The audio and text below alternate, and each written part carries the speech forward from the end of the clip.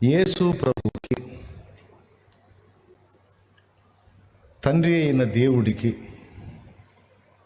పరిశుద్ధాత్మకి, త్రియేక దేవుడికి మనం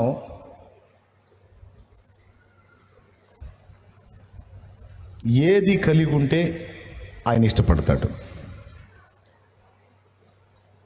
మనం ఏది కలిగి ఉంటే ఆయన ఇష్టపడతాడు.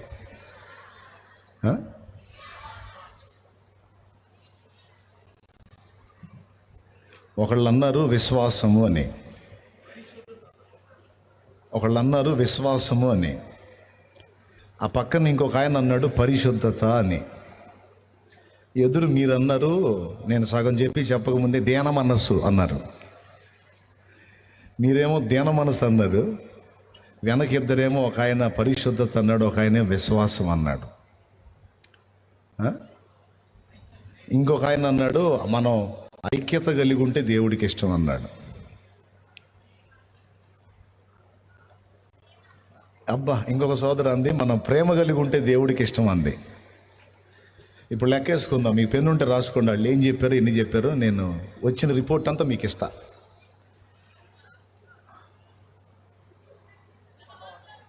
సహవాసం, రైట్.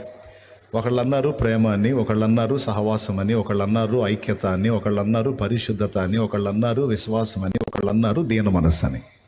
6 వచ్చినాయి. దిద్దుబాట, ఒకళ్ళు అన్నారు దిద్దుబాటు బుద్ధి ఉండాలి మనకని. ఓకే,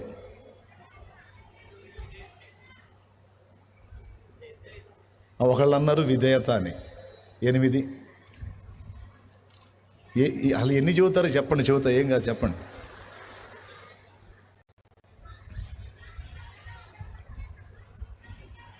ఆయన చిత్తం నెరవేర్చడం ఆయనకి ఇష్టమా? రాసుకో, అది కూడా ఏమైంది 9 రాసుకోవటమే కదా 9. కృతజ్ఞతా బుద్ధి కలిగి ఉండటం 10 రాసుకో. సాలిపోయిందా? ఇంకా చెబుతారా? ఇక నేను మిమ్మల్ని ఇట్లా అడిగితే ఈ దరి నుంచి ఆ దరి దాకా ఎవరి గుర్తొచ్చిందో వాళ్ళు చెబుతూ ఉంటారు. తప్పు లేదు, కానీ సంతోషం వేసింది. ఎందుకో తెలుసా? అసలు దేవుడికి మనం ఏది కలిగి ఉంటే ఇష్టం అనగానే తడుముకోకుండా మీరు పటా జవాబులు స్టార్ట్ చేశారు చూడు, సూపర్గా ఉంది.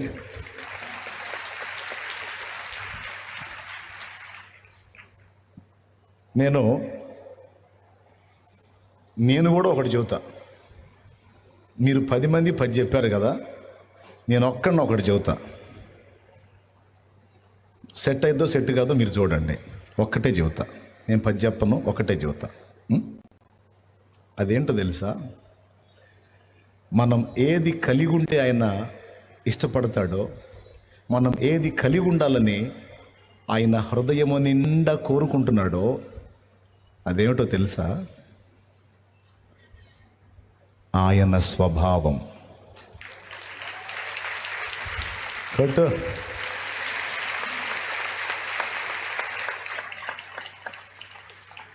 ఏంటిది? ఆయన స్వభావం. నాకు తెలుసు మీ తలంపుల్లోకి ఇది రాదని. దేవునికి స్తోత్రం. మీరు ఉన్న వాటిల్లో ఏదో ఒకటే చెప్తారని నాకు తెలుసు. అందుకే నేను ఇట్టు అడిగా. నేను అనుకున్నది మీరు చెప్పరని నాకు తెలుసు.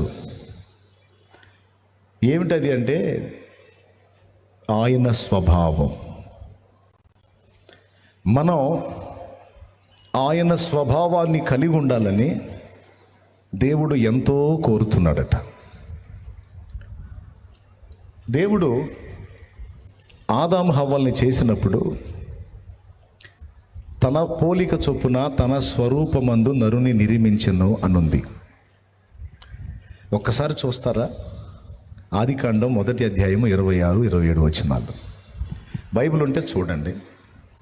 దేవుడు మన స్వరూపమందు మన పోలిక చొప్పున నరులను చేయుదము. చాలు. అక్కడ ఏమన్నాడంటే బాగా వినాలి. ఇంకా తిరిగిన వాళ్ళని నేను పట్టించుకోను, తిరిగే వాళ్ళని. అక్కడొకళ్ళు తిరుగుతున్నారు. మర్యాదగా చెబుతున్నా, తిరగకుండా కూర్చోండి. ఎన్ని లక్షల మంది ఉన్నా సరే మనం క్రమశిక్షణ తప్పిపోకూడదు. కూర్చోండి. అంటే ఎక్కువేం తిరగట్లేదు, ఒకళ్ళరా కనపడుతున్నారు. కూర్చోండి, మీరు కూడా కూర్చోండి చక్కగా.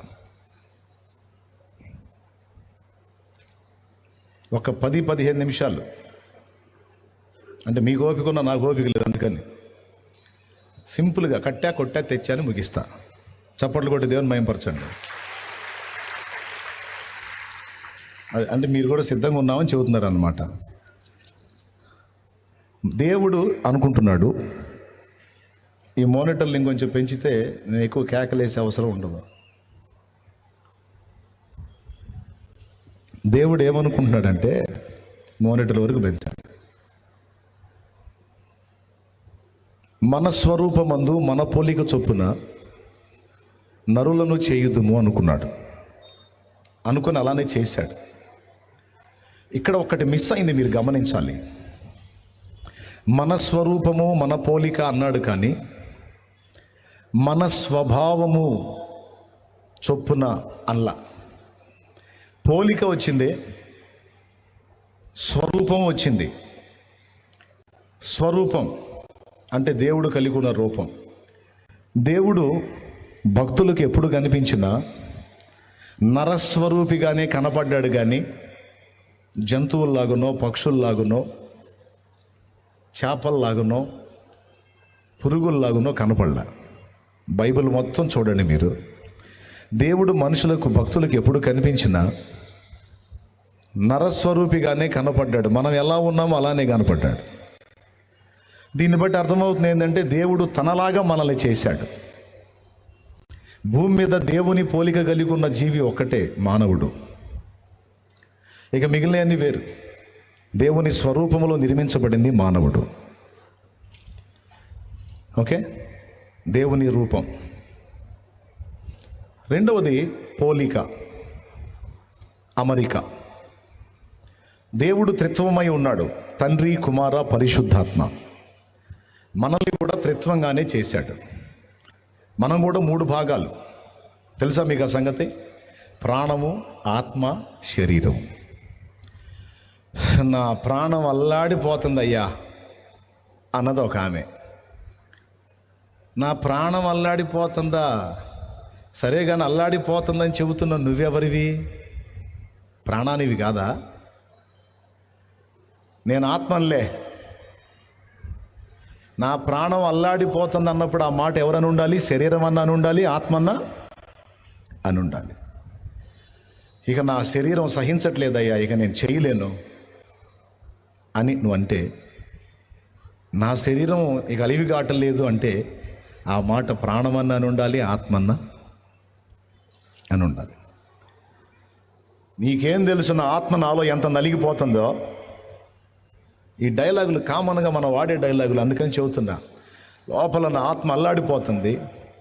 ఆత్మ అల్లాడిపోతుంది అన్న మాట మాట్లాడుతుందంటే శరీరమో ప్రాణమో అయి ఉండాలి. చూడు, మనం ఒకళ్ళమే కదా? ఒకళ్ళమా ముగ్గురుమా? ఒక వింత. మనం ఒకళ్ళంగానే కనపడుతున్నాం, కానీ మనలో ముగ్గురు ఉన్నారు. ఆ ముగ్గురు ఎవడికోడే నేను నేను నేను అనుకుంటున్నారు, మళ్ళీ ముగ్గురు కలిసి ఒకడే. ఒరు బాబా, ఏంది మాకు ఈ గొడవ అనుకోవాకండి. నా ప్రాణం అంటాడు, నా ఆత్మ అంటాడు, నా శరీరం అంటాడు. 3 విడి భాగాలు. నేను నేను నేను అనే స్వయం స్పృహ కేంద్రాలు 3 ఉన్నాయి మనకి. ఎంతమందికి అర్థమైందో ఒకసారి చేతులు ఎత్తితే సంతోషపడతా. అర్థమైంది? ఆహా, గ్రేటే, మీరు ఈజీగానే అర్థం చేసుకున్నారు. ఈ పోలిక ఎక్కడి నుంచి వచ్చింది మనకంటే దేవుడి నుంచి వచ్చింది. మనం ఎలా ఒక్కడిగా కనపడుతున్న ముగ్గురుగా ఉన్నామో, దేవుడు కూడా ఒక్కడిగా కనబడుతున్న ముగ్గురుగా ఉన్నాడు.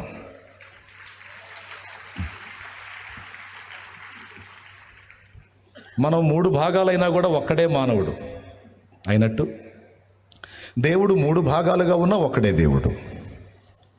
తండ్రి, కుమార, పరిశుద్ధాత్మ. పిత, పుత్ర, పవిత్రాత్మ. ఓకే, ఈ 3 భాగాలు. స్వరూపం ఇచ్చాడు, పోలిక కూడా ఇచ్చాడు. బాగా వినండి. అర్థం కాని సోది అని చెప్పను నేను. అర్థమయ్యే 4 ముక్కలు చెప్పి ముగిస్తా. నాకు డౌట్ వచ్చింది, దేవా స్వరూపం ఇచ్చావు, పోలిక ఇచ్చావు, మరి స్వభావం ఏదయ్యా అంటే దేవుడిచ్చిన సమాధానం, దానికి వేరే ప్రాసెస్ ఉంది. స్వరూపం పోలిక మీకు ఇవ్వటం నాకు ఈజీ, కానీ నా స్వభావం ఉందే, నా స్వభావం కొద్దిగా నేను ఎక్కువ టైం తీసుకొని అది మీలో నేను ప్రత్యేకంగా రూపుదిద్దాలి. దానికి వేరే ప్రాసెస్ ఉంది. దానిలోనికి మిమ్మల్ని అందరినీ తీసుకొని రావాలనేదే నా ఆశ, ఆకాంక్ష, నా హృదయ వాంఛ, నా ఇష్టము అని చెప్తున్నాడు దేవుడు. దేవుని పోలిక మనకు రావటం ఈజీ, దేవుని స్వరూపం రావటం ఈజీ, కానీ దేవుని స్వభావము అంటే వ్యక్తిత్వము, మెంటాలిటీ మనకు రావాలంటే అది ప్రత్యేకమైన ప్రాసెస్ అట, అది ప్రత్యేకమైన వర్క్ అట. అది మనలో రూపుదిద్దడానికి దేవుడు ప్రత్యేకంగా సంవత్సరాలు పని చేయాలి. ఇప్పుడు ఆల్రెడీ ఆ పనిలోకి మనల్ని దించాడు. ఈ మాట ఎక్కడ రాస్తుందంటే పేతురు రాసినటువంటి 2 పత్రిక 1వ అధ్యాయం. ఒక్కసారి చూడండి, బైబిల్ తీసి. బైబిల్ ఉన్నోళ్ళందరూ బైబిల్ తీయండి. ఈ మాట అండర్లైన్ చేసుకోండి.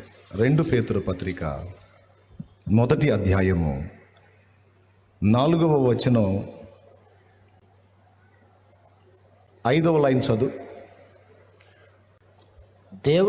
దేవ స్వభావమునందు పాలివారగునట్లు ఈ వాగ్దానముల మూలముగా మీరు తప్పించుకొని దేవ స్వభావమునందు పాలివారగునట్లు వాటిని అనుగ్రహించెను. బాగా వినాలి. ఈ మాటల్లో నుండి పరిశుద్ధాత్మ మనతో మాట్లాడును గాక, మన మనోనేత్రాలు వెలిగించును గాక. ఉపదేశాన్ని అడ్డగింప చూసే దురాత్మ, దయ్యపు అంధకార శక్తుల ప్రభావం యేసు నామములో బంధించబడును గాక. ప్రభు సన్నిధి, ప్రభు వాక్యం మనకు ప్రత్యక్షమగును గాక. ఆమేన్. ఈ మాటలు మీరు జాగ్రత్తగా వినాలి. వింటే మీరు తృప్తిగా ఇంటికి వెళ్తారు. బాగా వినండి. అసలు దేవుని చిరకాల వాంఛ, కోరిక ఏంటో పరిశుద్ధాత్మ బయలుపరిచాడు ఇప్పుడు మనకి. మనం ఆత్మ కృపావరాలు పొందటం దేవుడికి ఇష్టమే. మనం ఆత్మ ఫలం ఫలించటం దేవుడికి ఇష్టమే. మనం సమృద్ధి కలిగి ఉండటం దేవునికి ఇష్టమే. మనం ప్రేమ కలిగి ఉంటాం, ఐక్యత కలిగి ఉంటాం, సహవాసం కలిగి ఉంటాం, అన్నీ ఇష్టమే. కానీ వీటన్నిటికంటే శ్రేష్టంగా దేవునికి ఏది ఇష్టం అంటే ఆయన స్వభావాన్ని, ఆయన వ్యక్తిత్వ సౌందర్యాన్ని మనం స్వతంత్రించుకోవటం దేవుడికి ఇష్టం. ఇప్పుడు మీరు చెప్పారు 10-12 రకాల మాటలు చెప్పారు. మీరేమన్నారు? పరిశుద్ధత అన్నారు, విశ్వాసం అన్నారు, విధేయత అన్నారు, చాలా చెప్పారు. ఇవన్నీ కలగలిపి దేవ స్వభావం అన్న దానిలో ఇవన్నీ ఉన్నాయి. మీరు చెప్పిన 10-12 రకాలు దేవ స్వభావం అన్న దానిలో ఇవన్నీ ఇమిడి ఉన్నాయి. దేవ స్వభావంలో ప్రేమ ఉంది. అందుకే దేవుడు ప్రేమస్వరూపి అని వ్రాయబడింది యోహాను పత్రికలో. దేవునిలో పరిశుద్ధత ఉంది. అందుకే కెరూబులు, సెరాపులు పరిశుద్ధుడు, పరిశుద్ధుడు, పరిశుద్ధుడు, సైన్యములకు అధిపతియగు యెహోవా పరిశుద్ధుడు, పరిశుద్ధుడు, పరిశుద్ధుడు, పరిశుద్ధుడు, అతి పరిశుద్ధుడు అని గాన ప్రతిగానములు చేయుచు పరిశుద్ధుడు, అతి పరిశుద్ధుడు అని గాన ప్రతిగానములు చేయుచు నొందురు. త్రియేక దేవుడైన యెహోవా పరిశుద్ధుడు, కెరూబులు, సెరాపులు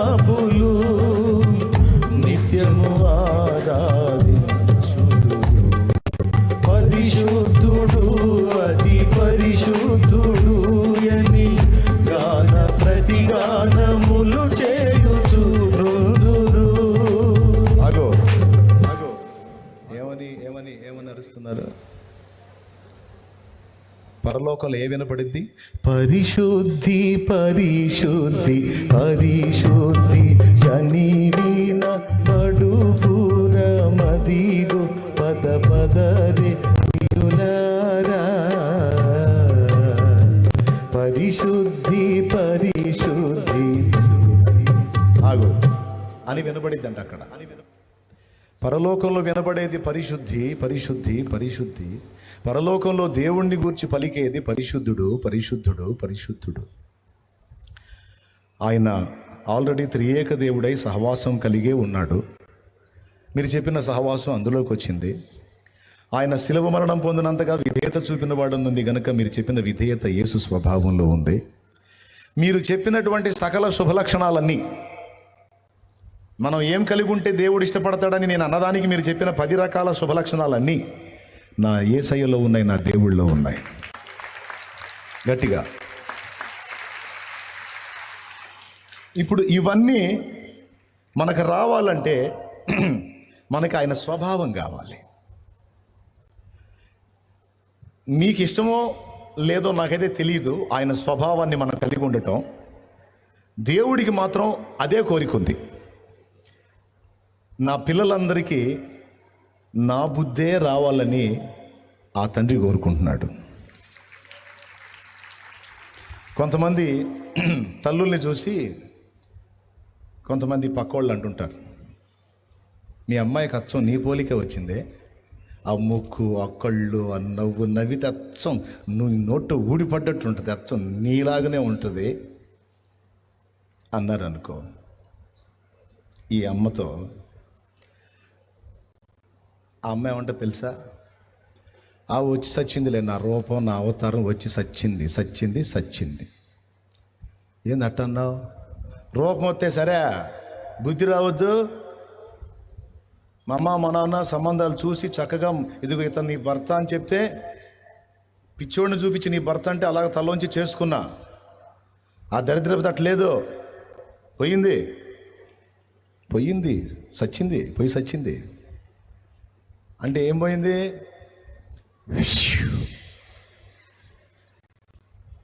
ఇప్పుడు అట్లాంటి అమ్మాయిని వాళ్ళ అమ్మ దగ్గరికి వచ్చి, అసలు మీ అమ్మాయికి అచ్చం నీ ముక్కు నీ కళ్ళు నీ చెవులు నీ నోరు అచ్చం నీలాగానే ఉందంటే అమ్మ ఆనందపడిద్దే? పుట్టకొస్తే సరే ఉంది, బుద్ధి రాలేదుగా. మనం కూడా అనుకుంటాం. కొంతమంది మనుషుల్ని చూసి, అరే వీడు అచ్చం వాళ్ళ నాన్నలాగానే ఉన్నాడురా అని చూస్తుంటే వాడు వాళ్ళ నాన్న గుర్తొస్తున్నాడు అంటే ఇంకొకడు అంటాడు, వాళ్ళ నాన్నలానే ఉంటాడు కానీ వాడంత మంచోడు కాదు, వీడు పెద్ద ఎదవ, వీడు మామూలు ఎదవ కాదు, వీడు పెద్ద గాలోడు, వీడికి ఆయన రూపం వచ్చింది కానీ పాప ఆ నీతి రాలా వీడికి, వీడొట్టి గాలి ఎదవా అంటారా అనరా? రైట్. ఇప్పుడు పోలిక స్వరూపం గొప్పదా, స్వభావం గొప్పదా? కొట్టు. ఏది గొప్పది? ఒకళ్ళు వచ్చి, అయ్యో అబ్బాయిని కన్నావు, నీ బుద్ధే మంచి బుద్ధి అనుకుంటే నీ కాడికి మంచోడయ్యా, అస్సలు నీ బుద్ధిని మించిపోయాడయ్యా. అబ్బా ఏం బుద్ధయ్యా, ఎంత జాలయ్యా, ఎంత ప్రేమయ్యా, ఎంత కనికరమయ్యా, ఎంత మంచితనమయ్యా, ఎంత మంచి పలకరింపయ్యా, చిరునవ్వు నవ్వి నోరారా పలకరిస్తాడయ్యా. అబ్బో నిన్ను మించిపోయాడయ్యా బుద్ధిలో, మయ్యా జాలిలో, మంచితనంలో. అమ్మా అబ్బా మించిపోయారమ్మా నిన్ను అంటే అప్పుడు ఉంటుంది నాన్నకు అప్పుడు ఉంటుంది, ఇక మామూలుగా ఉండదు. అట్లా అనకుండా, అయ్యా అబ్బాయికి ఇంకా నీ అంత ఇది రాలేదనుకుంటా, ఎందుకట్టన్నా? కాదులే అబ్బాయి ప్రవర్తన నీలాగా లేకపోతేనో నీ ఇది రాలేదనుకుంటా, వచ్చిందిలే మనం ఫీల్ కాకుండా. అంటే వాళ్ళ ఫీలింగ్ ఏంటంటే నువ్వు పర్లేదు కానీ వాడు పెద్ద ఎదవనగా అన్నట్టున్నావుగా, ఎదవనే అని చెప్పకనే చెప్పినట్టు. ఇప్పుడు మీరు చెప్పండి, స్వరూపం గొప్పదా, పోలిక గొప్పదా, స్వభావం గొప్పదా? ఒక మంచి తండ్రి, మంచి వ్యక్తిత్వం గల తండ్రి, మంచి మనస్తత్వం గల తల్లి తన పిల్లలకి ఏం రావాలని కోరుకుంటారు? నంబర్ 1, నా బిడ్డలకి నాకన్నా మంచి బుద్ధి రావాలని కోరుకుంటారు. దేవుణ్ణి కూడా అదే అడుగుతారు. అయ్యా అయ్యా అయ్యా నా కొడుకు అయ్యా, అయ్యా నా కొడుకు అయ్యా, నా ముక్కే రావాలి ప్రభువా, నా మూతే రావాలి ప్రభువా, నా పళ్ళే రావాలి ప్రభువా, వంకర పళ్ళు, నా కళ్ళే రావాలి ప్రభువా, మెల్లకళ్ళు అని ఎవరు అడగరు. ఎవరు కోరుకున్నా అయ్యో నా బిడ్డకి మంచి బుద్ధి ప్రసాదించు అయ్యా, నా మంచి బుద్ధిగా నాకంటే మించిన మంచితనం, మంచి బుద్ధి నా బిడ్డకి అయ్యా, నా బిడ్డ బతుకుని మార్చయ్యా, నా బిడ్డకి మంచి స్వభావం అయ్యా. ఏ తల్లి అడిగినా, ఏ తండ్రి అడిగినా ఆ కోరికే అడుగుతారు దేవుణ్ణి. ఎంతమంది ఒప్పుకుంటారు? డౌట్ లేదుగా. మరి ఒక తల్లిగా తండ్రిగా నీ పిల్లల గురించి నువ్వు అట్లా కోరుకున్నప్పుడు మరి మీ నాన్న, మా నాన్న, మన అందరి నాన్న ఏం కోరతాడని ఊహించి ఒక్కసారి. ఏం కోరతాడండి? ఆయన పిల్లలమైన మనకి ఆయన బుద్ధే రావాలని కోరుకుంటాడు.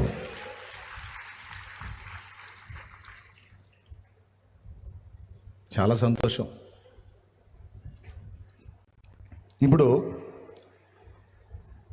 ఆ బుద్ధి మనకి రావాలని ఆయన ఆశపడుతున్నాడు, మనకు కూడా ఆశ ఉంది. మనం పాటలు కూడా పాడతాం తెగ.